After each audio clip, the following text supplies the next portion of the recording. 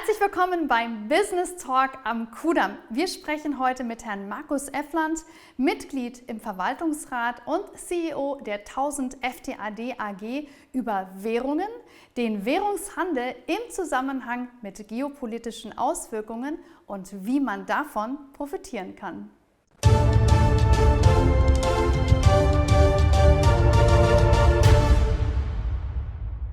Herr Effland, herzlich willkommen beim Business Talk am Kudamm. Ich freue mich, dass Sie heute hier sind. Schön, Sie zu sehen. Danke, Frau Wechstein. Schön, dass ich hier sein kann. Wie war Ihre Anreise? Sehr gut. Wir haben zwar extreme Wetterverhältnisse gestern gehabt, zwar überall Schnee, aber wir sind gut durchgekommen. Ich hatte einen angenehmen Gesprächspartner. Sehr, sehr schön. Freut uns umso mehr, dass Sie es gut geschafft haben. Und ich freue mich sehr auf das Interview. Es geht heute um Währungen, es geht um Trading. Und um da mal so ein bisschen einzusteigen, würde ich gerne etwas mehr über Sie erfahren. Denn Sie beschäftigen sich schon seit mehr als 30 Jahren mit den Themen Trading und Investment. Und wie ich schon so ein bisschen angeteasert habe, sprechen wir heute über den Handel mit Währungen, um da mal so ein bisschen einzusteigen. Vielleicht können Sie etwas mehr über sich erzählen und wie groß ist denn dieses Marktsegment eigentlich? Der Währungsbereich ist ein unglaublich großer Markt. Das ist der größte Markt der ganzen Welt. Da werden täglich 7,1 Billionen Dollar gehandelt, also größer wie alle Aktienmärkte zusammen. Und das ist natürlich eine unglaublich große Liquidität, die da am Markt ist. Und das macht natürlich den Währungshandel extrem spannend, weil ich ganz, ganz viele Möglichkeiten habe. Und das ist eigentlich auch schon der Hintergrund.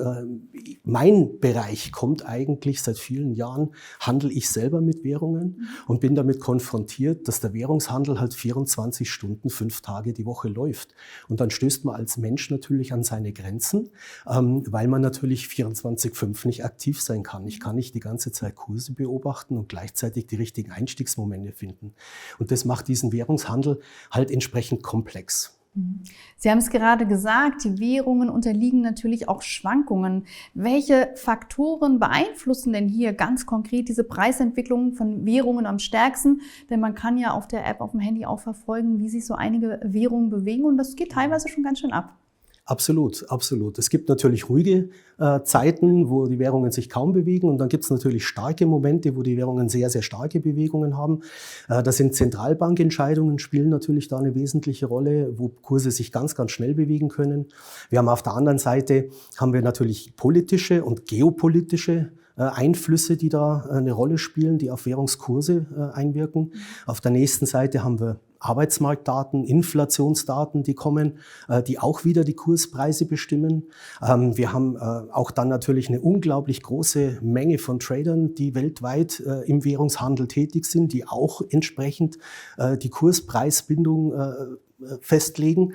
Und dann haben wir natürlich ganz, ganz große Player, also große Hedgefonds, große Banken, die mit unglaublich großen Kapitalvolumen dann natürlich auch mal Währungen schon in eine bestimmte Richtung bewegen können. Und das kann man an den Kursen dann schon sehen. Ja. Absolut. Sie haben einen Punkt angesprochen, den möchte ich mir rausziehen, weil das einfach allgegenwärtig ist. Und das sind die geopolitischen Schwankungen. Da passiert seit den letzten Jahren so unglaublich viel.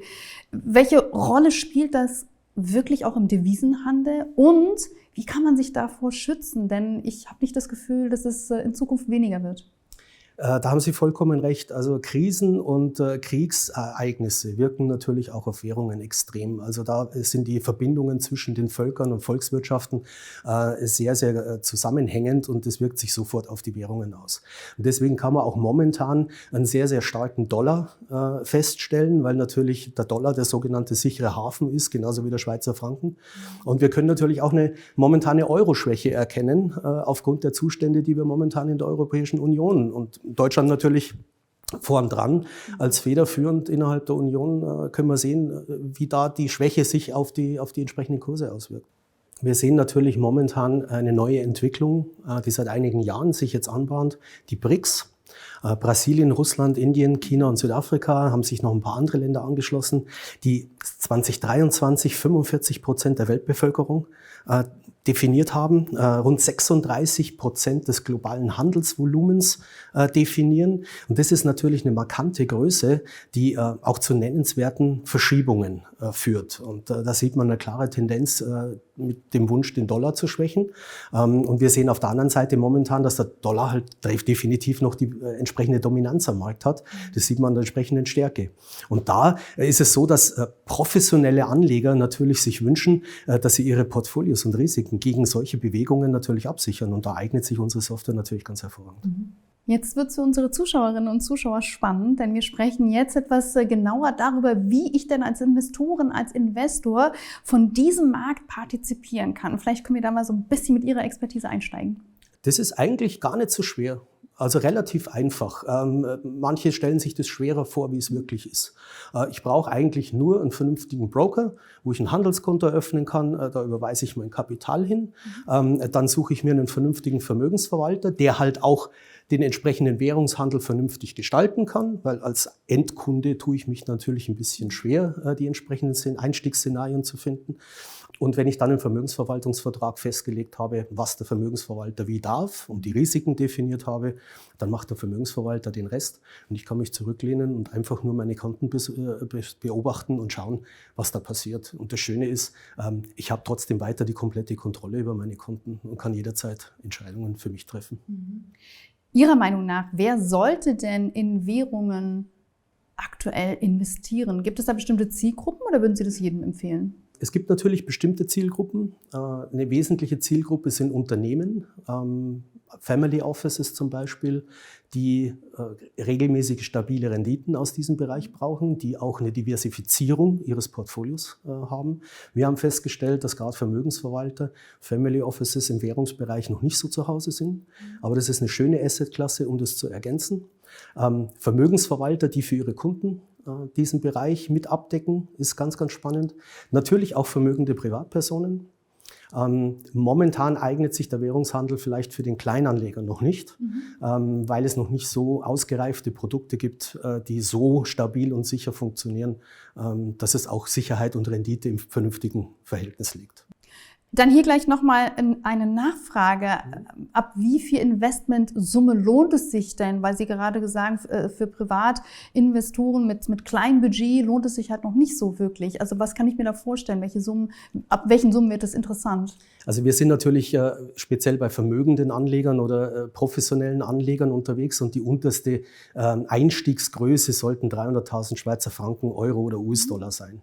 Das ist so eine vernünftige Größe, wo ich genügend Risiko und Sicherheitspuffer habe, um einen vernünftigen Währungshandel mit einem ausgewogenen Chancen- und Risikoverhältnis darzustellen. Ich möchte unserem Interview noch einen zweiten Twist geben. Und zwar wird es jetzt ein bisschen technischer, denn Sie haben eine Software entwickelt, die sich genau mit diesem Markt entwickelt. Sie können das besser erklären als ich. Wie genau funktioniert die Software? Die Software ist eigentlich aus dem eigenen Bedarf gewachsen. Ja. Ich habe Ihnen ja schon erzählt, dass der Markt entsprechend groß ist, 24/5 die Woche läuft und dementsprechend sind meine Einstiegsalarme meist zur Tokio-Zeit gekommen, also zwischen 2 und 4 Uhr nachts. Und wenn man nicht an seniler Bettflucht leidet und ich habe einen sehr guten Schlaf, dann wird das irgendwann störend.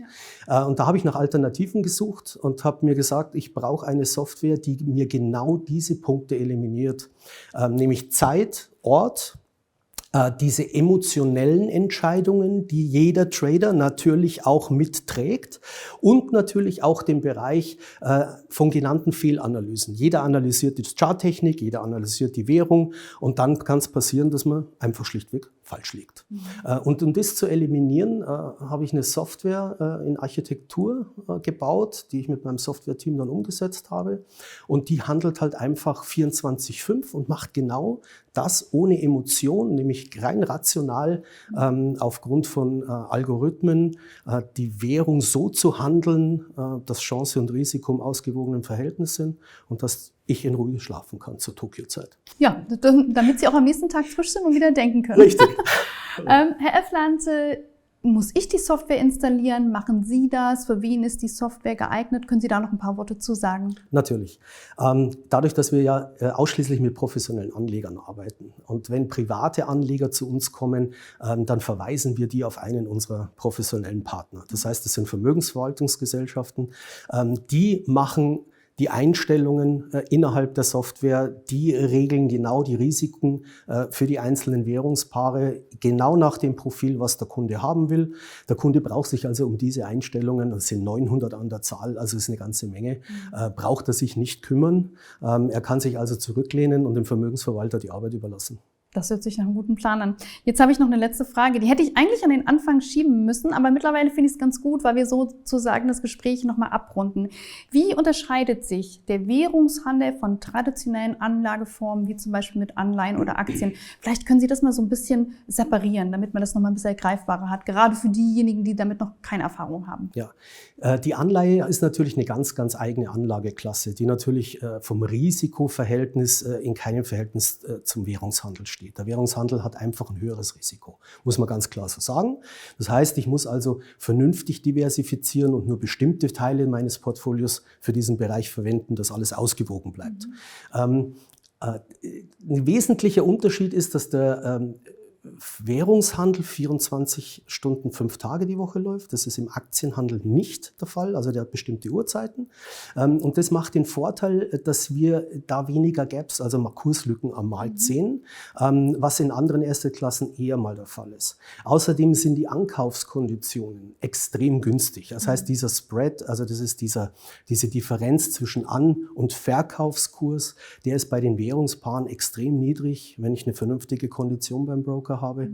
Und das macht den Handel extrem spannend. Super. Helfland, meine Fragen sind erstmal leer gefragt. Es hat sehr, sehr viel Spaß gemacht und ich freue mich aufs nächste Interview. Ganz herzlichen Dank.